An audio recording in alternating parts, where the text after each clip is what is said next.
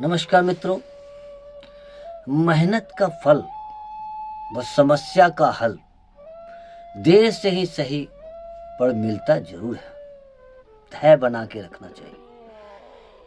PS लाल ज्योतिष channel में आप लोगों को हृदय की गहराई से बहुत बहुत स्वागत है, अभिनंदन है। और ये आपका अपना चैनल है। आज का जो कार्यक्रम है वो मिथुन राशि के जातक के लिए खास है, विशेष है। फरवरी माह 2024 में जानेंगे मिथुन राशि वाले जातक का व्यक्तित्व, शिक्षा, वैवाहिक जीवन, प्रेम, भाग्य, करियर, व्यापार, इन तमाम विषय पर चर्चा करेंगे। आप बने रहेंगे हमारे साथ और बताएंगे इसका उपाय भी जो आपको फॉलो करना चाहिए। चूंकि ग्रह के परिवर्तन से जीव के जीवन में इसका प्रभाव पड़ता है, इससे कोई बच नहीं सकता है।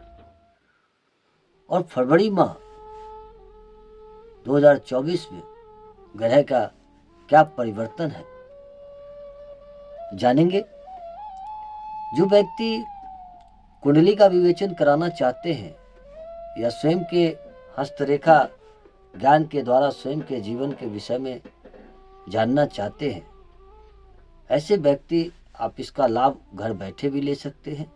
वीडियो के डिस्क्रिप्शन में हमारा नंबर दिया है, आप संपर्क करें। और कोई विचार है तो आप कमेंट कर सकते हैं। चलिए जानते हैं। और ये कार्यक्रम, ये राशि, जन्म की राशि चंद्र राशि पर आधारित रहता है।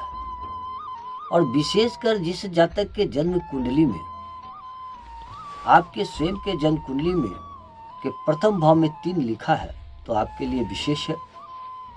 क्योंकि देश की इतनी अधिक आबादी में एक राशि के द्वारा सबों के विषय में समझना यह संभव नहीं होता है। यदि जो व्यक्ति अपने, जिनका जन्म पत्रिका नहीं है या जिनको जन्म समय नहीं मालूम है या जन्म पत्रिका नहीं है, तो वो अपने नाम राशि से भी थोड़ा बहुत समझ सकते हैं, जान सकते हैं।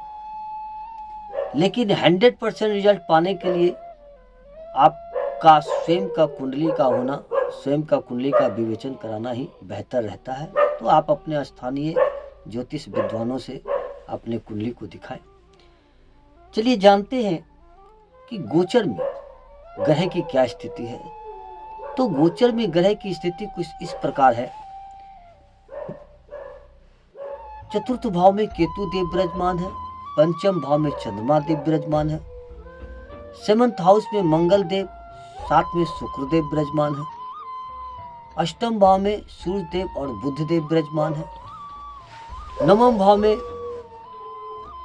शनि देव स्वगृह होकर विराजमान है।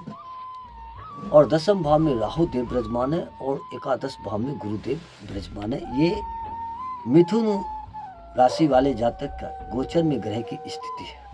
अब थोड़ा मैं इनके थोड़ा व्यक्तित्व का चर्चा करता हूं संक्षेप में, चूंकि अधिक नहीं करूंगा, चूंकि वीडियो लंबा हो जाएगा। ऐसे जातक बुद्धिमान होते हैं और अपने हाउस को लेकर, अपने घर को लेकर, अर्थात अपने घर के को विकसित करने के लिए, घर को तमाम सुख सुविधा को से पूर्ण करने के लिए हमेशा इसका प्रयास रत रहता है। और बड़ा ही रोमांटिक व्यक्ति होते हैं। हंसी मजाक इनको पसंद होता है। सबसे हिल मिल के बात करते हैं। सच कहा जाए तो ऐसे व्यक्ति जीवन को जीना जानते हैं, ये जिंदगी को जीना जानते हैं। अर्थात हर एक रसास्वादन लेना इनको पसंद है। लेकिन बावजूद ऐसे व्यक्ति के व्यक्तित्व को साधारणतः समझ पाना बहुत ही कठिन होता है। क्योंकि होते तो बहुत मिलनसार है, लेकिन इनके गहराई को पकड़ना बड़ा कठिन होता है। क्योंकि ये एग्रेसिव भी होते हैं। जितना मासूम चेहरा होता है, जितना मासूम शब्द होता है, जितना ये कलात्मक होते हैं, इनकी भाषाएं कलात्मक होती है, इनकी वाणी बड़ा मधुर होता है। हंसी मजाक पसंद करते हैं। हम हो सकता है बहुत ऐसे जन हैं जो हंसमुख स्वभाव के कहे जाते हैं, लेकिन इसके अंदर एग्रेसिव भी होता है, इनके अंदर एक दृढ़ संकल्प भी होता है और ये ज्ञानी भी होती है, लेकिन मूडी होती है। लेकिन सबसे विशेषता ये है ऐसे जातक को कि इसको समझ पाना बड़ा कठिन होता है। चलिए मैंने संक्षेप में इसकी चर्चा की, आगे जानते हैं स्वास्थ्य। तो प्रथम भाव के स्वामी बुद्धदेव है, जो कि 8वें भाव में बैठे हैं इस वक्त, जो कि आगामी 20 फरवरी तक रहेंगे और इसके बाद 9वें भाव में जाएंगे, अर्थात भाग भाव में चले जाएंगे। इसलिए 20 फरवरी तक जातक को अपने स्वास्थ्य पर विशेष ध्यान देने की ज़रूरत है। बहुत ज़्यादा तो नहीं, लेकिन फिर भी इन्फेक्शन, चर्म रोग, एलर्जी संदर्भित या पूर्व से कोई समस्या है तो आप सावधान रहेंगे, नहीं तो थोड़ा परेशानी का कारक बन सकता है। इसका आप ध्यान रखेंगे। शारीरिक कमजोरी अनुभव कर सकते हैं इस कालखंड में, इसलिए आप पहले से स्ट्रांग रहे, अपने खाने पीने पर ध्यान रखें ताकि आप कमजोर ना हो। 20 फरवरी के बाद आपका स्वास्थ्य बेहतर हो जाएगा। चलिए अब जानते हैं विद्यार्थियों के लिए ये कालखंड कैसा रहेगा। तो चूंकि पंचम भाव होता है शिक्षा का और पंचम भाव का स्वामी बनते हैं शुक्रदेव, क्योंकि इस वक्त पंचम भाव में चंद्रमा देव भी विराजमान है, तो इस वक्त थोड़ा सा कभी कभी मन जो है अत्यधिक चंचल रहेगा, डाइवर्ट हो सकता है, आप थोड़ा डिस्टर्ब भी हो सकते हैं।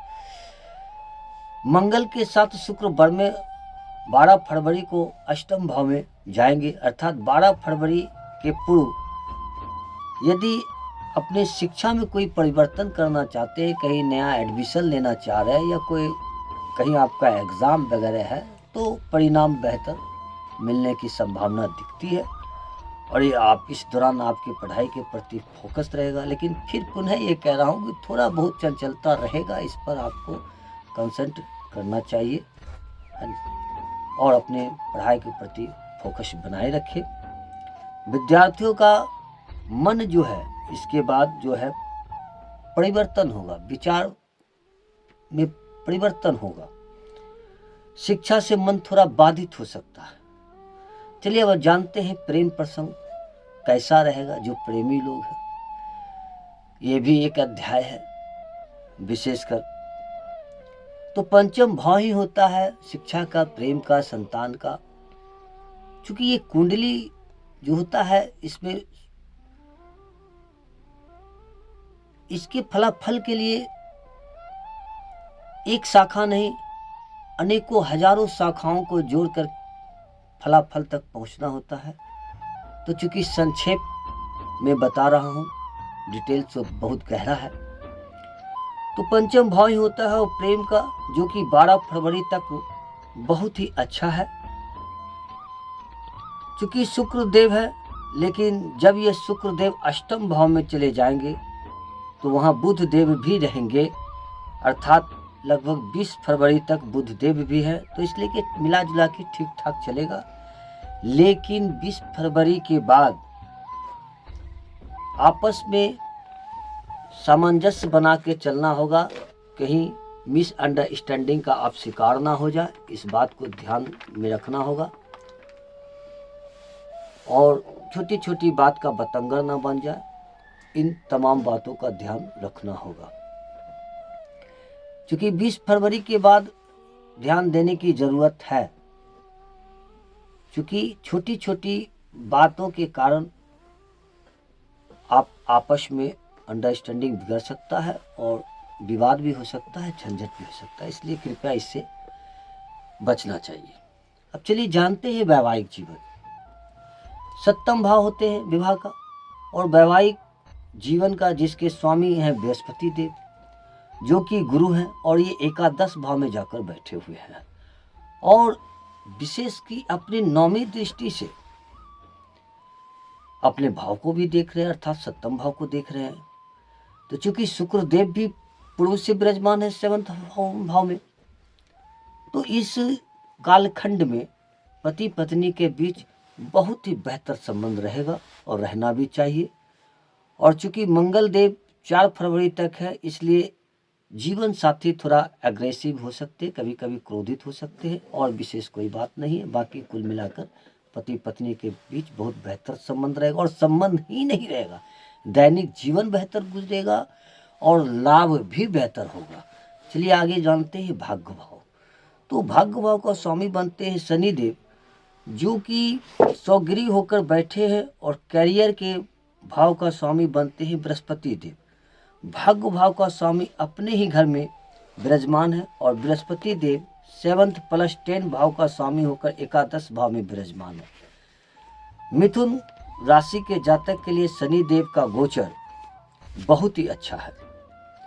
भाग्य को लेकर देवगुरु बृहस्पति अप्रैल 2024 तक रहेंगे, अर्थात इस कालखंड में दैनिक जीवन पति पत्नी के बीच आपसी प्रेम, कार्य, व्यापार, यदि आप नौकरी में हैं तो वहाँ भी पोजीशन अच्छा रहेगा, उसमें आपको लाभ प्राप्त होगा।